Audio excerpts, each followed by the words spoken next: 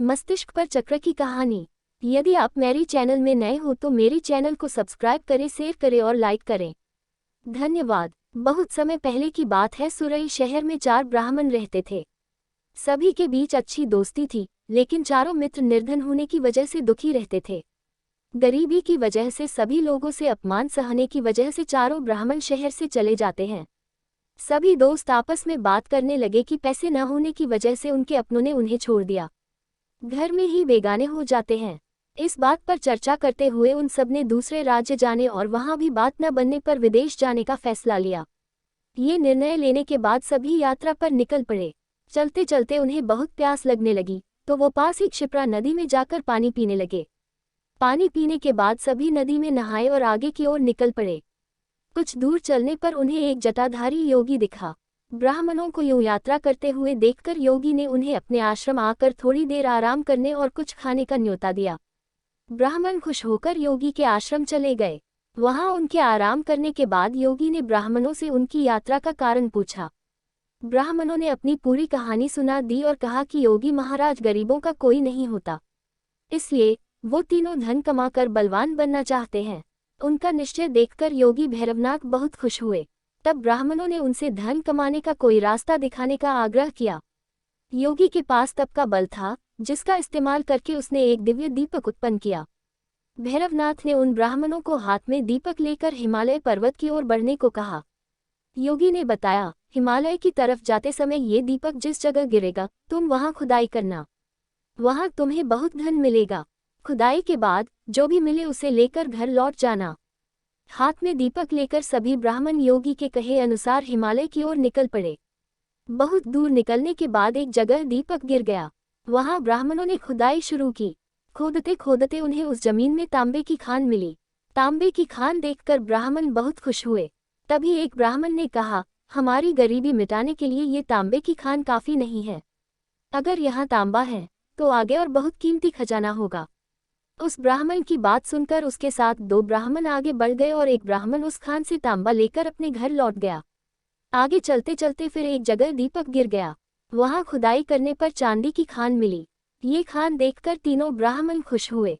फिर एक ब्राह्मण तेजी से उस खान से चांदी निकालने लगा, लेकिन तभी एक ब्राह्मण ने कहा, आगे और कोई कीमती खान हो सकती है।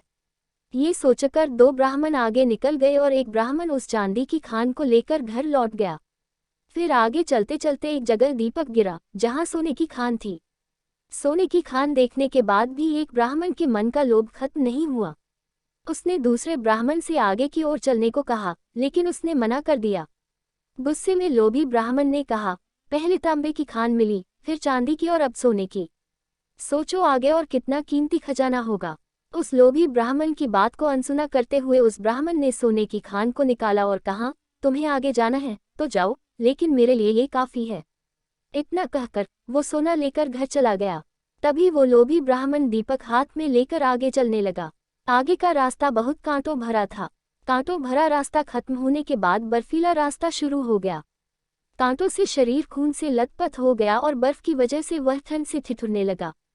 फिर भी अपनी जान को दांव पर डालकर वह आगे बढ़ता रहा। बहुत दूर चलने के बाद उस लोभी ब्राह्मण को एक युवक दिखा, जिसके मस्तिष्क पर चक्र घूम रहा था। युवक के सिर पर चक्र को घूमता देख उस लोभी ब्राह्मण को बड़ी हैरानी हुई। लोभी ब्राह्मण काफी दूर तक चल चुका था, इसलिए उसे प्यास भी लग रही थी। उसने चक्र वाले व्यक्ति से पूछा, तुम्हारे सिर पर यह चक्र कैसा और क्यों घूम रहा है और यहाँ पीने के लिए पानी कहाँ मिलेगा? इतना पूछते ही उस व्यक्ति के सिर से चक्र निकल गया और लोभी ब्राह्मण के मस्तिष्क पर चक्र लग गया। हैरानी और दर्द से तड़पते हुए ब्राह्मण ने उससे पूछा, ये चक्र मेरे सिर पर क्यों लगा? अजनबी युवक ने बताया, सालों पहले मैं भी धन के लालच में यहाँ तक पहुँचा था। उस समय किसी और के मस्तिष्क पर यह चक्र घूम रहा था। तुम्हारी तरह ही मैंने भी उनसे सब सवाल किया, तो मेरे सिर पर यह चक्र लग गया। तब उस ब्राह्मण ने पूछा कि अब मुझे कब इससे मुक्ति मिलेगी? इस पर युवक ने कहा, जब तुम्हारी तरह कोई धन के लालच में यहाँ तक पहुँचेगा और चक्र को लेकर सवाल करेगा, तब ये चक्र तुम्हारे सिर से निकलकर उसके मस्तिष्क पर लग जाएगा। फिर ब्राह्मण ने कहा कि ऐसा होने में कितना समय लग सकता है? इस सवाल का जवाब देते हुए युवक ने कहा, मैं राजा राम के काल से यहाँ हूँ, लेकिन मुझे नहीं पता कि अभी कौन सा युग चल रहा है। तुम इसी से अंदाजा लगा सकते हो कि कितना समय लग सकता है। इतना बताकर वो युवक वहां से चला गया और ब्राह्मण मन ही मन बहुत दुख हुआ और चक्र के घूमने से हो रहे दर्द से उसके आंसू निकलने लगे। कहानी से सीख। लालच हमेशा व्यक्ति को कष्ट और मुश्किल में डाल देता है, इसलिए हमें जितना मिलता है उसी में संतोष करना चाहिए और हर अवस्था में रहते हुए खुशी खुशी जीवन जीना चाहिए। पूरी कहानी सुनने के लिए धन्यवाद।